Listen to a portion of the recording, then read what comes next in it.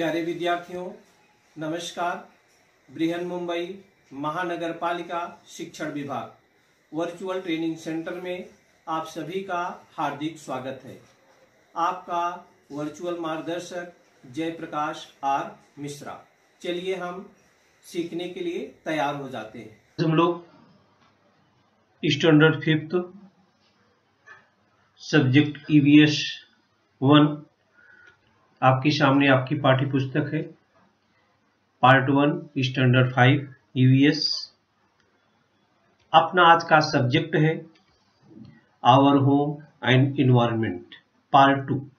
Part 1 में इसके पहले वीडियो में हम लोगों ने देखा था हमारा घर तथा पर्यावरण के बारे में। तो विभिन्न प्रकार के घर, हमें घरों की आवश्यकता क्यों हुई,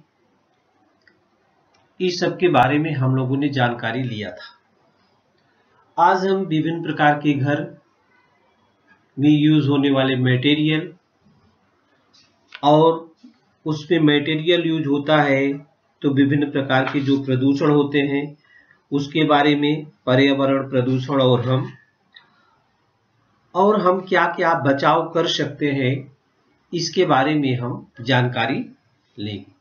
चलिए थोड़ा सा बच्चों हम रिवीजन कर लेते हैं। पहले we saw different types of houses in the picture. Their main uses are, हम विभिन्न प्रकार के घर देखते हैं, उनका प्रयोग हम किस लिए करते हैं। उनका प्रयोग हम शेल्टर के लिए, किसके लिए बच्चों?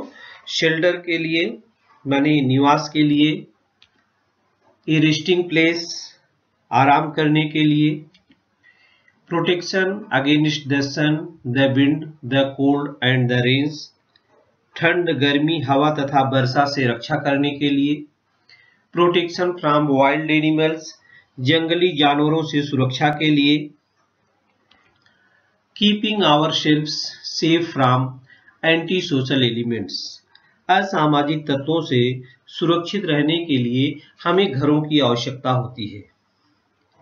बच्चों, जो सबकी मूल है, व्हाई पीपल बिकम होमलेस, लेकिन आवश्यकताएं तो सबकी हैं, लेकिन कुछ लोग बेघर हो जाते हैं। बच्चों, हमने बताया था बेघर होना एक सामाजिक समस्या है। बच्चों, कैसे हम बेघर हो जाते हैं?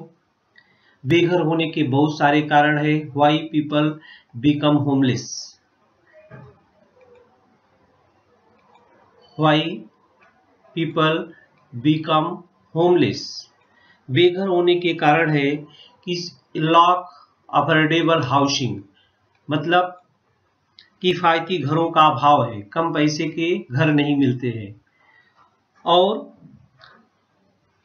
इनकम जो है हमारे पास पर्याप्त मात्रा में नहीं हो पाती है, अनएम्प्लॉयमेंट है, बेरोजगारी है, फिजिकल एंड मेंटल डिसऑर्डर है, शारीरिक तथा मानसिक बीमारी है, और जो सबसे ज्यादा है नेचुरल डिजास्टर, प्राकृतिक आपदा, और कारण है पॉवर्टी, निर्धनता। ये सब कारण है बच्चों, क्यों हमारे पास हम घर रहते हुए भी बेघर हो जाते हैं। तो बेघर होना एक सामाजिक समस्या है। ऐसे व्यक्तियों को घर बनाकर देने के लिए सरकार अनेक योजनाएं चलाती हैं। कुछ शहरों में सरकार की ओर से बेघरों के लिए रात्रि निवास, नाइट शेल्टर की उपलब्धता कराई जाती है। A section of our society being homeless is a social problem. That is why the government implements many schemes to provide home to the homeless. In some of the cities, the government makes night shelters. Government makes night shelters, जो footpath पर सोने वाले हैं उनके लिए रात्रि निवास बनाया जाता है, जो कि वो ठंडी से बच सके। तो बच्चों, सभी लोगों का we all have a right to clean portable water, sufficient food, a safe shelter and education, स्वच्छ पानी, पर्याप्त भोजन, निवास तथा शिक्षा, ये हमारे अधिकार हैं। ये हमारे अधिकार के अंतर्गत आते हैं। Portable water, sufficient food, safe shelter and education.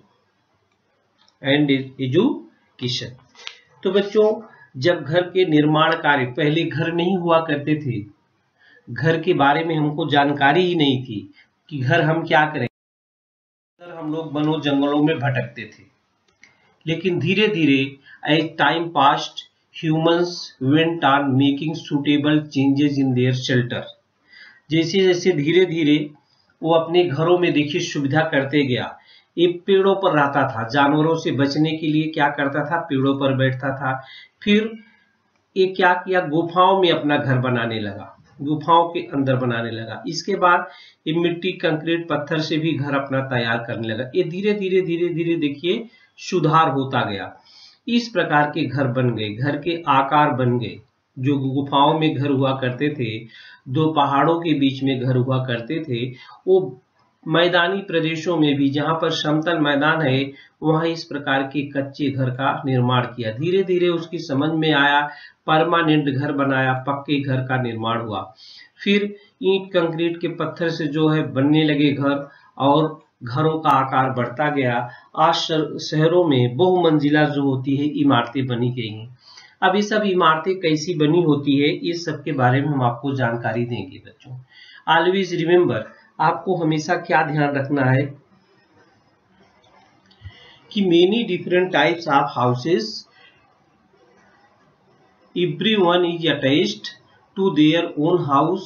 It is not only the walls and the doors and windows and the roof that make up a house. It is the people who live in that house and their love and affection for one another that turns a house into a home.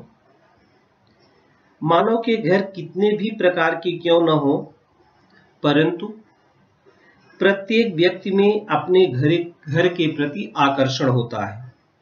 इसका कारण यह है कि घर में केवल दरवाजे, खिड़की, दीवार, छप्पर से तैयार नहीं होते बच्चों। घर के लोग, उनका प्रेम, एक दूसरे के प्रति आत्मीयता, love and affections for one another, आत्मीयता के भावना के कारण घर को घरपन का भाव प्राप्त होता है। तो घर में केवल दरवाजे, खिड़की, दीवारें होने से, छप्पर होने से घर तैयार नहीं हो जाता है, बल्कि घर के लोग, उनका स्नेह तथा एक दूसरे के प्रति आत्मीयता की भावना के कारण घर को घरपन का भाव जो होता है वो प्राप्त होता है। तो बच्चों, एक घर बनाने के लिए जैसे आप जानते हैं, जमीन की खुदाई होती है, उसमें बालू लगता है, रेती लगती है, सीमेंट लगता है, छड़ लगता है, लकड़ी लगती है, पानी लगता है, गिट्टी लगता है, कांच लगता है, टाइल्स लगती है, पतरे लगते हैं। ये सब बनाने में कुछ न कुछ तो पर्यावरण को नुकसान होता होगा। ये सब सामग्री कैसे बनती है, हम एक नजर आपके ऊपर उस पर भी डाल देते हैं। देखिए, pictures to discuss how environmental pollution affect us, माने चित्रों के आधार पर पर्यावरण प्रदूषण और हम, इस विषय पर हम इसमें चर्चा करेंगे। आप जैसा जानते हैं, घर बनता है, उसमें रेती लगती है, बालू लगती है, तो कहां से आती है? जमीन खोद कर निकालते हैं उसको हम। ये देखिए, समुद्र में से रेती निकाली जाती है। रेत निकालने वाली नाव बोलते हैं इसको।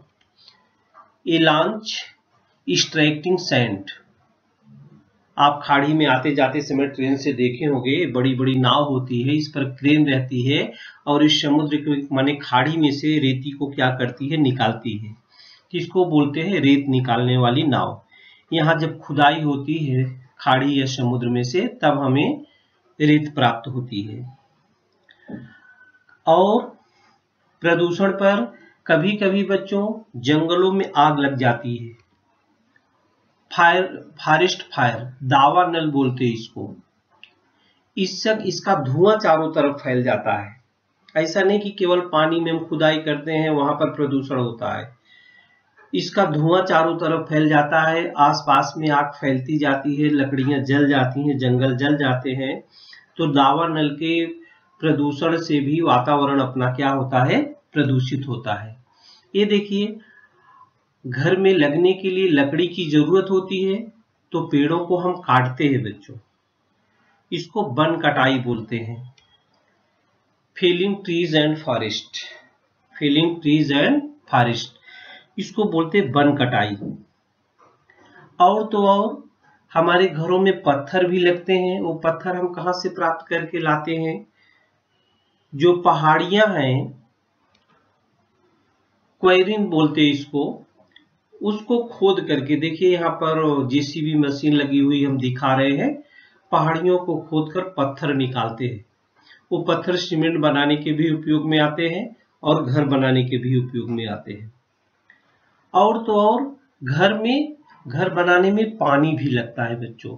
तो ज्यादा पानी, हम जमीन में से ज्यादा पानी भी निकाल लेंगे तो भी एक प्रकार का प्रदूषण है, माने ड्रॉइंग एक्सेस वाटर। इस प्रकार से प्रदूषण, जिसको पॉल्यूशन बोलते हैं बच्चों, ये सब किसके कारण से है? पॉपुलेशन के कारण है। जैसे जैसे जनसंख्या क्या हो गई, विश्व की जनसंख्या लगातार बढ़ रही है। इसके कारण बड़ी संख्या में घर बनाए जा रहे हैं। घरों का निर्माण करने के लिए बड़े पैमाने पर प्राकृतिक संसाधनों का उपयोग किया जा रहा है। इन संसाधनों को प्राप्त करने के लिए हम ये सब कार्य जो बताया ही करने पड़ते हैं। इससे परिणाम क्या निकलता है? जल, वायु, ध्वनि और मिट्टी का प्रदूषण होता है। और उससे जो होती है, क्या होती है? पर्यावरण की हानि होती है। तो the population of the world is increasing. Population, ये शब्द पॉपुलेशन बहुत खतरनाक है बच्चों। Population of the world is increasing all the time. That is why houses are being built in large numbers. देखते हैं आप, शहरों में बड़ी बड़ी इमारतें बनाई गई हैं। गांव में जहां 8-10 घर रहा करते थे, आज वहां पर 20-25 घर हो गए हैं। Natural resources have to be used in very great quantities to build these houses. जो प्राकृतिक संसाधन है उनका ज्यादा से ज्यादा घर बनाने में उपयोग किया जाता है, इसलिए पर्यावरण को हानि पहुंच रही है, माने प्रदूषण हो रहा है, पर्यावरण की हानि हो रही है। पर्यावरण की क्या हो रही है? हानि हो रही है। नेचुरल रिसोर्सेस, देखिए वाटर है, इसको ज्यादा मात्रा में हम निकाल लेते हैं तो भी परेशानी होती है। बारिश जो होती है वह असमय में तब होती है। ज्यादा जोर से बोलते हैं, ज्यादा आवाज भी निकालते हैं तो ध्वनि प्रदूषण होता है। क्या होता है बच्चों? ध्वनि प्रदूषण होता है।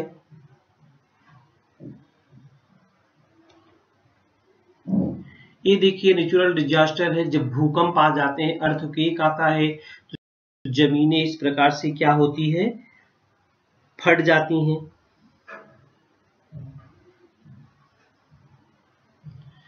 इस प्रकार से भी प्रदूषण फैलता है। तो पॉल्यूशन ऑफ एयर कह लीजिए, वाटर एंड सॉइल कह लीजिए, ये सब किसके हैं? पॉल्यूशन माने पर्यावरण की ये सब हानि पहुंचाते हैं। ये सब क्या पहुंचाते हैं बच्चों? पर्यावरण की हानि। जल, वायु, ध्वनि और मिट्टी का प्रदूषण होते हैं, इससे पर्यावरण की हानि होती है। इससे पर्यावरण की क्या होती है? हानि होती है। Digging of hills for quarrying, पहाड़ियों का खनन करना, जो आपने सभी चित्र दिखाया था। दूसरा है एक्सट्रैक्टिंग सैंड फ्रॉम सी शोर एंड रिवरवेट्स, समुद्री तट तथा नदी पाट से रेत निकालना, इससे भी पर्यावरण फैलता है। Extracting stone and earth from the ground, जमीन खोदकर पत्थर मिट्टी निकालना। जमीन के अंदर से अत्यधिक पानी निकालना, drawing out excessive amount of ground water, felling trees to clear land, जंगलों को काट कर हम वहां पर घर बनाते हैं, filling up ponds, lake, streams, rivers, creeks and low lying areas to reclaim land, ताल, नाला, नदी, खाड़ी तथा निचले भागों को पाट कर जमीन तैयार करते। जैसे यहाँ पर समुद्र की खाड़ी है, वहां पर कचड़े से हम पहले उसको पाट देते हैं, इसके बाद बड़े बड़े घर बना लेते हैं। तो बच्चों, इस प्रकार से जब पॉपुलेशन बढ़ती गई तो जो जंगलों की जमीन थी या जो खेती योग्य जमीन थी उस पर हमने क्या किया, बस्तियां बनाने लगे, आने जाने के लिए सड़कें बनाने लगे और खेती के लिए जमीन कम पड़ती गई। वनों के लिए जो आरक्षित जमीनें थे उसको हमने काटना चालू कर दिया। तो इस कारण आज अपने वन क्षेत्र की जो समस्या है वो भी हो रही है। घर निर्माण में होने वाली सामग्री तैयार करने के लिए ऊर्जा का जो उपयोग करना पड़ता है, जैसे अब आप लोग घर निर्माण करते हैं, एनर्जी नीडेड होती है। ब्रिक्स फ्रॉम सॉइल, जो ईंट लगती है बच्चों, ईंट कैसे बनाई जाती है यदि मैं आपको दिखा रहा हूं, ये देखिए ईंट भी मिट्टी से ही बनाई जाती है। ईंट किससे बनाई जाती है बच्चों? Bricks from soil, bricks from soil. Cement कैसे बनता है जो हमारे घरों में लगता है, उसको भी मैं आपको दिखा रहे, सीमेंट फ्रॉम लाइमस्टोन। चूने के पत्थर से सीमेंट बनता है, बड़ी बड़ी कंपनियां होती हैं, उन कंपनियों में सीमेंट बनाया जाता है, ये सीमेंट का कारखाना है। और कांच भी हमारे घरों में लगता है, तो बालू से कांच बनाना, ग्लास फ्रॉम सैंड, बालू से कांच भी बनाया जाता है। ये देखिए इसकी भी कंपनियां होती हैं, बालू से कांच बनता है। आदि कार्यों को करने के लिए, ये सब कार्यों को करने के लिए ऊर्जा का उपयोग किया जाता है।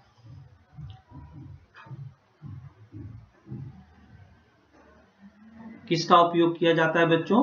ऊर्जा का उपयोग किया जाता है। ऊर्जा का निर्माण करने के लिए हम ऊर्जा का निर्माण कैसे करते हैं? या तो कोयले से बिजली बनती है, या तो प्राकृतिक गैस और खनिज तेल से बनती है, ईंधनों का उपयोग करके। और आप सभी जानते हैं बच्चों, ये ईंधन जो कोयला है वो प्रकृति में पाया जाता है, पृथ्वी के नीचे, आज नहीं तो कल वो खत्म हो जाएगा। और इन ऊर्जा स्रोतों को, कोयला जब आप जलाएंगे तो वायु प्रदूषण भी होता है, धुआं निकलता है, इससे वायु होती है। Where does the energy come from? It is produced using natural fuels like coal, natural gas or mineral oils. ये देखिए जब ये जलता है बच्चों, देखिए इसमें से धुआं निकलता है, एनर्जी तो मिलेगी लेकिन धुआं निकलता है। धुआं क्या करता है? हवा को, पर्यावरण को हमारे गंदा कर देता है। लेकिन जो ये सब ऊर्जा के स्रोत हैं, इनको सबको बनने में बहुत समय लगता है बच्चों। इसलिए हमें क्या करना चाहिए? ऐसी एनर्जी का उपयोग करना चाहिए जो पर्यावरण को प्रदूषित न करे, जो पर्यावरण को क्या करे? प्रदूषित न करे। तो ऐसी ऊर्जा जो होती है वो कौन सी ऊर्जा होती है जो पर्यावरण को प्रदूषित न करे? वो होती है सोलर एनर्जी। क्या होती है बच्चों? सोलर एनर्जी होती है, सोलर एनर्जी, सौर ऊर्जा।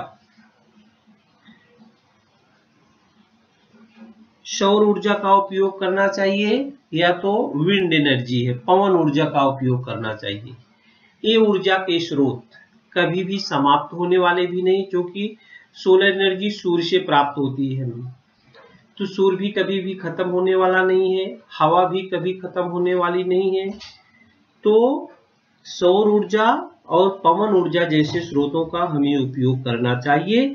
ये अक्षय ऊर्जा के स्रोत है, माने ये कभी भी समाप्त होने वाले नहीं है। सभी सजीवों को, जितने भी सजीव हैं बच्चों पृथ्वी पर, सबको घर की निवास की आवश्यकता होती है। मनुष्य की तरह इस संसार में बहुत सारे सजीव हैं और वह भी पर्यावरण के विभिन्न साधनों का उपयोग करके अपने living things need shelter. All living things need shelter like humans. Some other living things also build shelters using various materials in their environment. अपने परिसर से ही सब कुछ, हम भी अपने परिसर से ही प्राप्त करते हैं। देखिए शेल्टर बनाया है इन्होंने अपने, ये कुत्ता है, चींटी है, लिविंग थिंग्स जितने भी हैं सबको अपने शेल्टर की आवश्यकता होती है। कुछ लोग अपना निवास खुद बना लेते हैं, कुछ लोग नहीं बना पाते हैं। यहाँ पर बहुत सारे चित्र आप देख रहे हैं।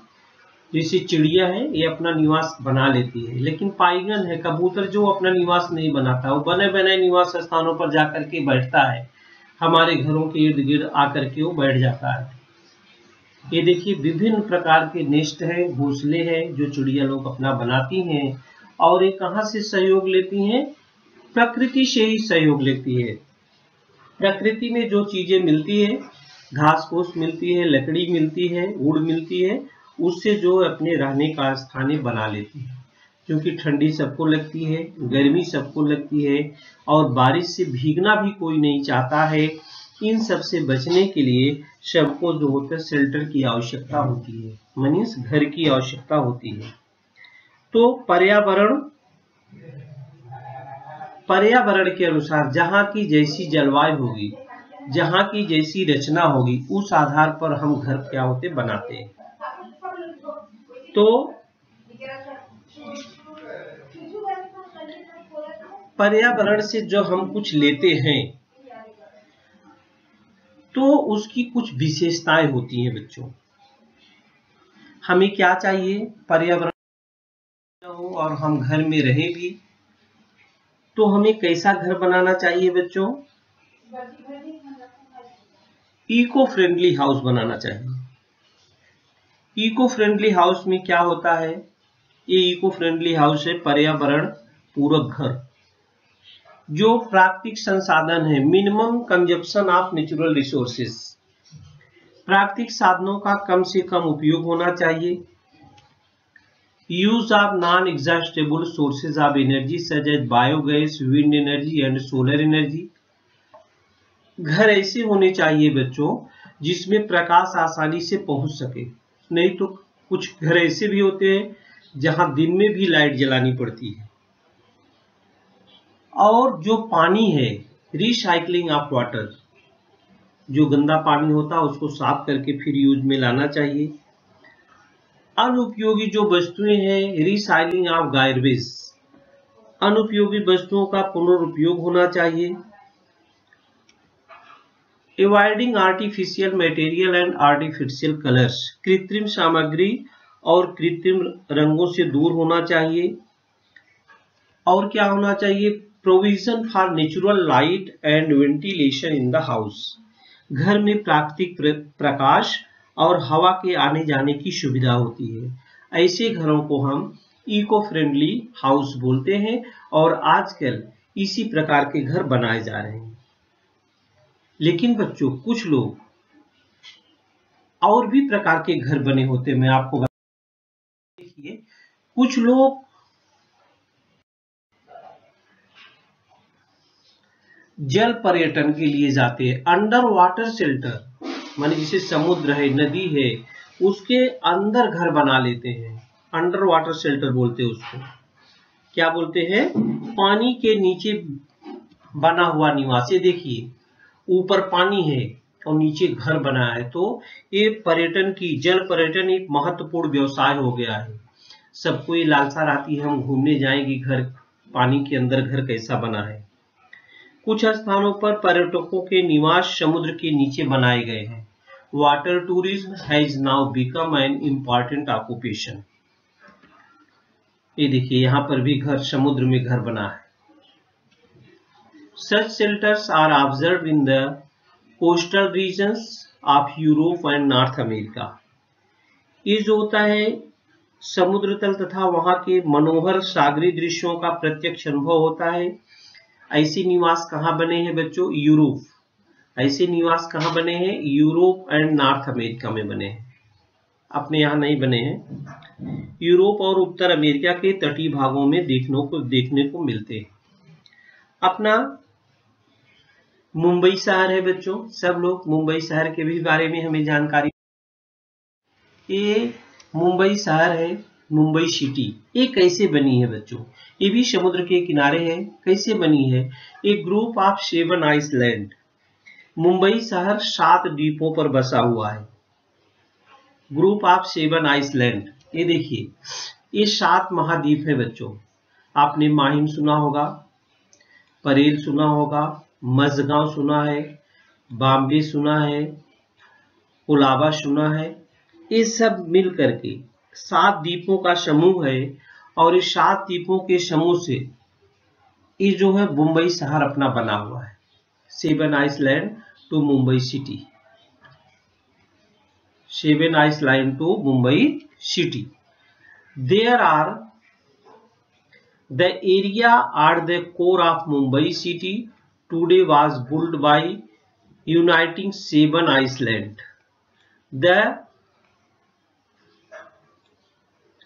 ये कौन कौन से आइसलैंड है बॉम्बे में?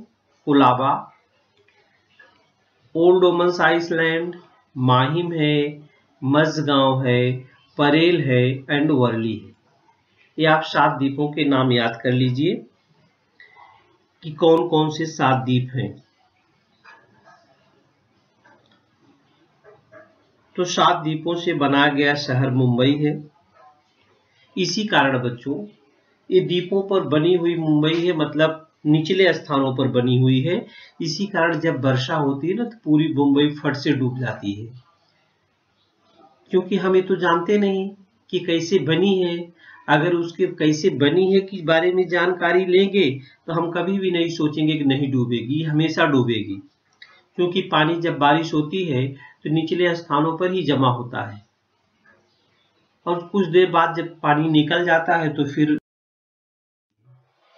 तो इस पार्ट में हम लोगों ने क्या क्या सीखा? Different materials are obtained from nature are used to build house. प्रदेश की जलवायु में होने वाले परिवर्तन के अनुसार घर निर्माण में बहुत सारी विविधता दिखाई देती है। We should be judicious in using energy. प्रदेश के अनुसार बनाए गए we should judicious in using energy. It is necessary to increase the use of non-exhaustible sources of energy. It is necessary to build eco-friendly house. We must take care that the environment is not harmed. पर्यावरण की हानि न हो बच्चों, इस बात पर हमेशा ध्यान देना आवश्यक है। पर्यावरण की हानि न हो, इस पर ध्यान देना हमेशा आवश्यक है। तो बच्चों हम लोगों ने घर के बारे में बहुत कुछ सीखा। कुछ प्रश्न है, ये देखिए। What material will you mainly use for building a multi storeyed house? माने बहुमंजिला घर बनाने के लिए मुख्य रूप से कौन कौन सी सामग्री का उपयोग किया जाता है? कौन कौन सी सामग्री का उपयोग किया जाता है? Choose the correct option. Mortar, coal, cement, brick. बालू, कोयला, सीमेंट, ईंट का उपयोग होता है, या cement, brick, cotton, iron, cement, ईंट, रुई और लोहे का उपयोग होता है। किसका? आयरन, सीमेंट, मोर्टार या ब्रिक्स। लोहा, सीमेंट, बालू, ईंट। ये ऑप्शन आपका सही है, थर्ड वाला, ये ऑप्शन। आयरन, सीमेंट, मोर्टार और ब्रिक्स, माने लोहा, सीमेंट, बालू, ईंट। इसमें कॉटन भी लिखा है, कॉटन का उपयोग नहीं होता है, और इसमें कोल भी लिखा है तो कोल का भी उपयोग नहीं होता है। अच्छा, arrange the following consideration from the most to least important in house building. Means घर बनाते समय हमें किन बातों का ध्यान देना चाहिए? नंबर 1, लग्जरी होना चाहिए, स्ट्रक्चर या क्लाइमेट। तो घर बनाते समय जहां जैसी की क्लाइमेट हो, जहां जैसी की जलवायु हो उस हिसाब से घर पक्के कच्चे, हमने बताया था घर के बारे में। विभिन्न प्रकार के घर होते हैं बच्चों। पर्वतीय प्रदेश के घर हैं, मैदानी प्रदेश के घर हैं, कम वर्षा वाले प्रदेश के घर हैं, अधिक वर्षा वाले प्रदेश के घर हैं। इस प्रकार से अनेक प्रकार के घर के चित्र हमने आपको दिखाया था। तो इसमें क्रम लगाना है, तो क्रम में सबसे पहले देखना चाहिए वहां की क्लाइमेट क्या है। सी पहले आएगा, फिर स्ट्रक्चर आएगा, इसके बाद लग्जरी आएगा। कि माने क्लाइमेट के अनुसार घर होना चाहिए, जलवायु के अनुसार उसकी रचना भी होनी चाहिए, इसके बाद आराम आएगा। तो फर्स्ट में क्लाइमेट, सेकंड में स्ट्रक्चर और लास्ट में क्या आएगा, लग्जरी। तो बच्चों हम लोग किसके बारे में सीख रहे थे? हम लोग हमारा घर तथा पर्यावरण के बारे में सीख रहे थे कि घर बनाते समय हमको ये ध्यान देना चाहिए कि पर्यावरण को कोई नुकसान न हो। आज के लिए इतना ही। प्यारे विद्यार्थियों, हमने जो आज सीखा, हमें पूर्ण विश्वास है आप उसको अच्छी तरह से सीख चुके हैं और उसका आप अच्छी तरह से अभ्यास भी करेंगे। आज के लिए इतना ही। धन्यवाद।